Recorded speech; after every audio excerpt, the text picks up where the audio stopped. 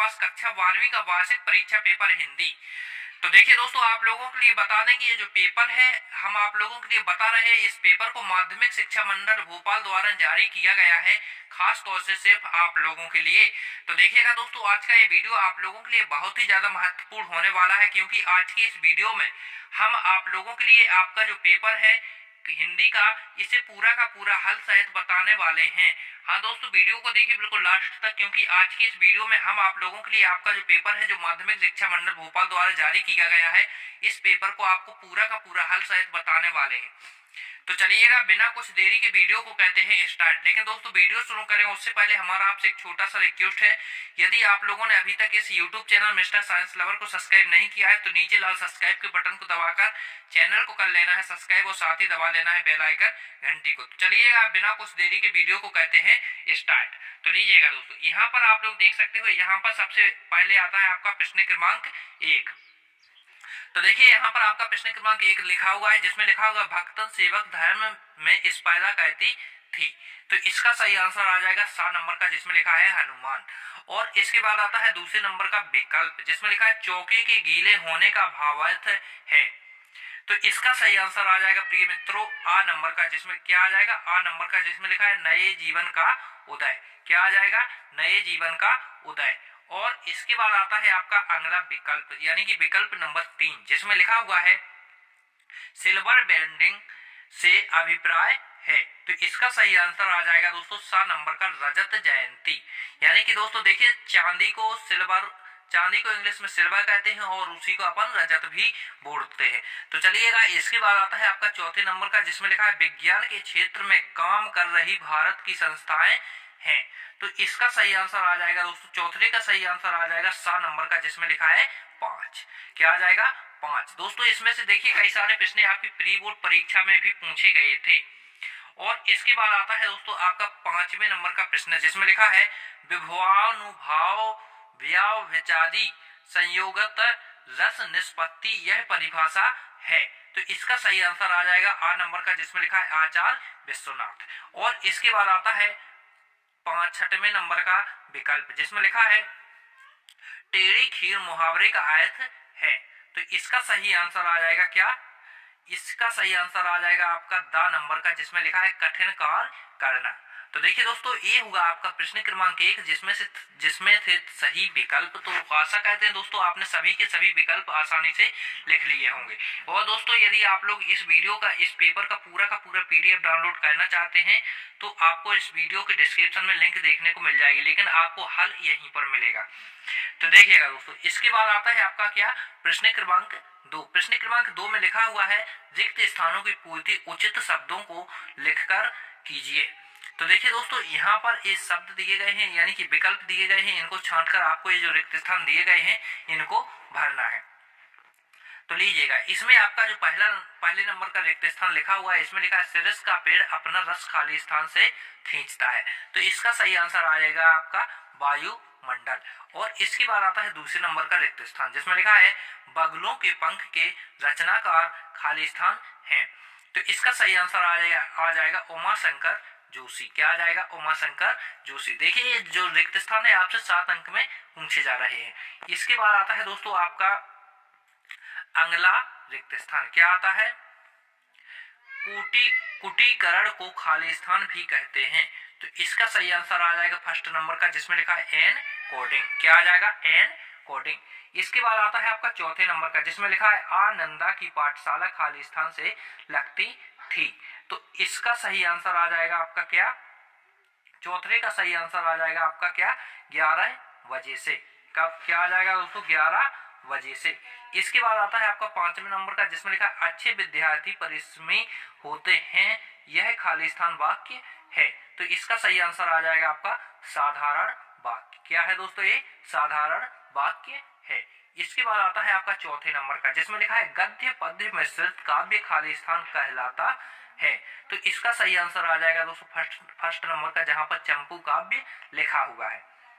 और इसके बाद आता है आपका अगला प्रश्न, जिसमें लिखा है आधुनिक काल के जनक खाली स्थान माने जाते हैं। तो इसका 7वें नंबर का सही आंसर आ जाएगा क्या? भारतेंदु हरिश्चंद्र। क्या आ जाएगा? भारतेंदु हरिश्चंद्र।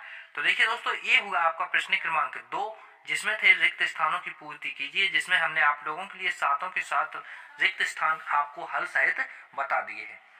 और इसके बाद आता है आपका प्रश्न क्रमांक 3। और प्रिय विद्यार्थियों, आप लोगों के लिए हम एक बात क्लियर कर दें कि ये जो पेपर हम आप लोगों के लिए बता रहे हैं, देखिए दोस्तों, इस पेपर को माध्यमिक शिक्षा मंडल भोपाल द्वारा जारी किया गया है। यहाँ पर आप लोग स्पष्ट रूप से देख सकते हो।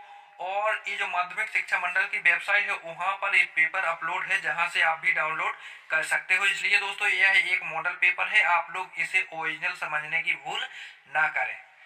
तो देखिएगा विद्यार्थियों, यहाँ पर इसके बाद आता है आपका प्रश्न क्रमांक 3, जिसमें लिखा है सही जोड़ियों का मिलान कीजिए। और इसमें आपकी पहली जोड़ी दी गई है पहलवान की ढोलक। तो देखिए, इसका मिलान हो जाएगा आपका कहाँ पर, इसका मिलान हो जाएगा आपका घ नंबर में। कहाँ पर हो जाएगा? घ नंबर में। इस पे के बाद आती है आपकी जोड़ी नंबर 2, जिसमें लिखा है हरिवंश राय बच्चन। क्या लिखा है? हरिवंश राय बच्चन। तो देखिए, इसका मिलान हो जाएगा आपका कहाँ पर? 4 नंबर में। कहाँ पर हो जाएगा? 4 नंबर में। इसके बाद आती है आपकी जोड़ी नंबर 3, जिसमें लिखा है अतीत के पांव, जिसका मिलान हो जाएगा आपका कहाँ पर? इसका अतीत के पांव का मिलान होगा आपका यहाँ पर 6 नंबर में हो जाएगा, जहां पर यात्रा वृत्तांत लिखा हुआ है। और इसके बाद आती है आपकी चौथे नंबर की जोड़ी, जिसमें लिखा है हिंदी भाषा की लिपि। क्या लिखा है? हिंदी भाषा की लिपि। तो इसका मिलान हो जाएगा आपका ख नंबर में, जहां पर लिखा है देवनागरी। क्या आ जाएगा? देवनागरी। इसका ही सही आंसर आ जाएगा। इसके बाद आती है 5वें नंबर की जोड़ी, जिसमें लिखा है शब्द गुण। क्या आ जाएगा? शब्द गुण। तो इसका मिलान हो जाएगा आपका ग नंबर में। कहां पर? ग नंबर में इसका मिलान हो जाएगा, जहां पर लिखा है माधुर्य ओज व प्रसाद। और इसके बाद आती है आपकी जोड़ी नंबर 6। तो देखिए, जोड़ी नंबर 6 में लिखा है समाचार लेखन के। तो देखिए, इसका सही आंसर आ जाएगा 6 कारक। क्या आ जाएगा दोस्तों? 6 कारक, यानी कि इसका मिलान आपका क नंबर में हो जाएगा। ये आपकी 6ठे नंबर की जोड़ी ये वाली हो जाएगी। तो देखिए दोस्तों, आशा करते हैं कि आपको ये जो प्रश्न क्रमांक 3 है, इसमें सही जोड़ी दी गई है। आपको सभी की 6 की 6 जोड़ी दोस्तों स्पष्ट रूप से समझ में आ चुकी होंगी। तो दोस्तों, ये हुआ आपका प्रश्न क्रमांक 3 पूरा। इसके बाद आता है आपका क्या? प्रश्न क्रमांक 4। क्या आता है? प्रश्न क्रमांक 4, जिसमें लिखा हुआ है, प्रश्न क्रमांक 4 में लिखा हुआ है निम्नलिखित प्रश्नों के उत्तर एक वाक्य में लिखिए। क्या? निम्नलिखित प्रश्नों के उत्तर एक वाक्य में लिखिए। तो देखिएगा, इसमें आपका पहला प्रश्न लिखा हुआ है राज्य भाषा से आप क्या समझते हैं। तो देखिएगा दोस्तों, इसका सही आंसर आ जाएगा किसी राज्य की भाषा राज्य भाषा कहलाती है। दोस्तों, समझते या क्या होती है, बात एक ही होती है। इसलिए आपको लिख देना है किसी राज्य की भाषा राज्य भाषा कहलाती है। और इसके बाद आता है दूसरे नंबर का प्रश्न, जिसमें लिखा है कविता का पहला उपकरण क्या है। क्या? कविता का पहला उपकरण क्या है? तो इसमें आपको सही आंसर लिख देना है क्या? छंद। आपको इसका सही आंसर लिख देना है। और इसके बाद आता है आपका अगला प्रश्न, यानी कि प्रश्न क्रमांक 3। प्रश्न क्रमांक 3 में लिखा है यशोधरा बाबू ने मैट्रिक की परीक्षा किस स्कूल से पास की थी। तो देखिए, इसका सही आंसर आ जाएगा क्या? इसका सही आंसर आ जाएगा रेम जी। क्या आ जाएगा? Ramsay school. Ramsay school Almeida. क्या आ जाएगा? अल्मेड़ा। आपका ये आंसर आ जाएगा क्या? Ramsay school Almeida. तो देखिए दोस्तों, ये होगा आपका प्रश्न क्रमांक 3। और इसके बाद आता है आपका प्रश्न क्रमांक 4, जिसमें लिखा है मैं पढ़ लिख कर वकील बनूंगा, अछूतों के लिए कानून बनाऊंगा और छुआछूत को खत्म करूंगा। कथन किसका है? तो इसमें आपको लिख लेना है क्या? डॉक्टर भीमराव अंबेडकर। क्या दोस्तों? डॉक्टर भीमराव अंबेडकर आप लोग आसानी से लिख सकते हो। इसके बाद आता है आपका प्रश्न क्रमांक 5, जिसमें लिखा है कविता पंख लगाकर कहां कहां उड़ सकती है। तो देखिएगा विद्यार्थियों, प्रश्न क्रमांक 5 का सही आंसर हो जाएगा क्या? प्रश्न क्रमांक 5 का सही आंसर हो जाएगा कविता पंख लगाकर मानव के आंतरिक व बाह्य रूप में उड़ान भर सकती है। तो ये इसका सही आंसर हो जाएगा। और इसके बाद आता है आपका प्रश्न क्रमांक 6, जिसमें लिखा है राजा ने लुट्टन से क्या कहा। तो इसका सही आंसर आ जाएगा, राजा ने लुट्टन से कहा, क्या, राजा ने लुट्टन से कहा, जीते रहो, जीते रहो बहादुर, तुमने आज मिट्टी की लाज रखी है। क्या, राजा ने लुट्टन से क्या कहा दोस्तों, जीते रहो जीते रहो बहादुर, तुमने आज मिट्टी की लाज राखी है। दोस्तों इसका आंसर थोड़ा बड़ा है इसलिए हम लिखकर आपको नहीं बता रहे हैं। और इसके बाद आता है आपका प्रश्न क्रमांक 7, जिसमें लिखा है महाकाव्य में किन किन रसों की प्रधानता होती है। तो इसमें आपको सही आंसर लिख लेना है दोस्तों, नंबर 1 पर आपको लिख लेना है क्या, श्रृंगार। क्या दोस्तों लिख लेना है, श्रृंगार। इसमें नंबर 1 पर श्रृंगार लिख लेना है और नंबर 2 पर लिख लेना है आपको वीर रस और नंबर 3 पर लिख लेना है आपको शांत रस। ये 3 रस दोस्तों आपके आंसर हो जाएंगे। दोस्तों इसमें से कई सारे प्रश्न आपकी प्री बोर्ड परीक्षा में भी पूछे गए थे। तो चलिए चलते हैं अगले प्रश्न की ओर। देखिए यहाँ पर हमने आप लोगों के लिए आपका प्रश्न क्रमांक 4 है इसे पूरा का पूरा हल करवा दिया है। चलिए इसके बाद आता है आपका प्रश्न क्रमांक 5। तो यहाँ पर आप लोग स्पष्ट रूप से देख सकते हो, यहाँ पर लिखा है प्रश्न क्रमांक 5, इसमें लिखा है सत्य असत्य वाक्यों का चयन कर लिखिए। तो देखिएगा विद्यार्थियों, यहाँ पर आप लोग देख सकते हो, यहाँ पर आपका पहला प्रश्न लिखा हुआ है जिसमें लिखा है क्रिया की विशेषता बताने वाले शब्द क्रिया विशेषण होते हैं। तो ये हो जाएगा आपका बिल्कुल राइट आंसर, यानी कि ये सत्य हो जाएगा। इसके बाद आता है आपका दूसरे नंबर का जिसमें लिखा है शब्द शक्ति 4 प्रकार की होती है। तो ये हो जाएगा आपका असत्य। और इसके बाद आता है तीसरे नंबर का जिसमें लिखा है सिंधु घाटी सभ्यता में पत्थर और तांबे का प्रयोग होता था। तो ये भी आपका राइट आंसर हो जाएगा, यानी कि सत्य ये भी हो जाएगा। इसके बाद आता है आपका चौथे नंबर का जिसमें लिखा है लेखन का आशय यांत्रिक हस्त कौशल होता है। तो ये आपका आंसर दोस्तों, ये भी आपका आंसर सही हो जाएगा। यानी कि दोस्तों आपको पहला आपको सत्य लगा लेना है, दूसरा असत्य लगा लेना है, तीसरा सत्य लगा लेना है, चौथा सत्य लगा लेना है। इसके बाद देखिए दोस्तों बाकी यहाँ पर दिए गए हैं, यानी कि यहाँ पर दिया गया है आपका 5वें नंबर का जिसमें लिखा है पाठ रुबाइयां व गजल में कवि ने स्वयं को देश पर न्यौछावर कर दिया। तो ये भी आपका बिल्कुल सही हो जाएगा, यानी कि सत्य ये आपका हो जाएगा। इसके बाद आता है आपका 6 नंबर का जिसमें लिखा है मेरी कल्पना का आदर्श समाज पाठ के लेखक बाबू साहेब भीमराव अंबेडकर हैं। तो ये भी आपका राइट आंसर हो जाएगा, यानी कि ये भी आपका सत्य हो जाएगा।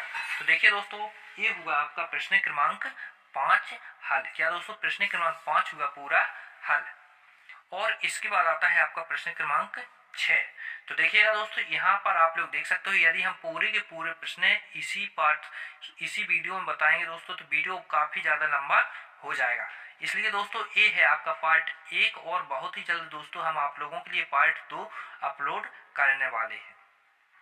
तो देखिएगा विद्यार्थियों, आप लोगों के लिए बताते हैं यदि आप लोग इस पेपर का पीडीएफ डाउनलोड करना चाहते हैं तो नीचे इस वीडियो के डिस्क्रिप्शन में आपको लिंक देखने को मिल जाएगी, जहां से आप लोग इस पूरे पेपर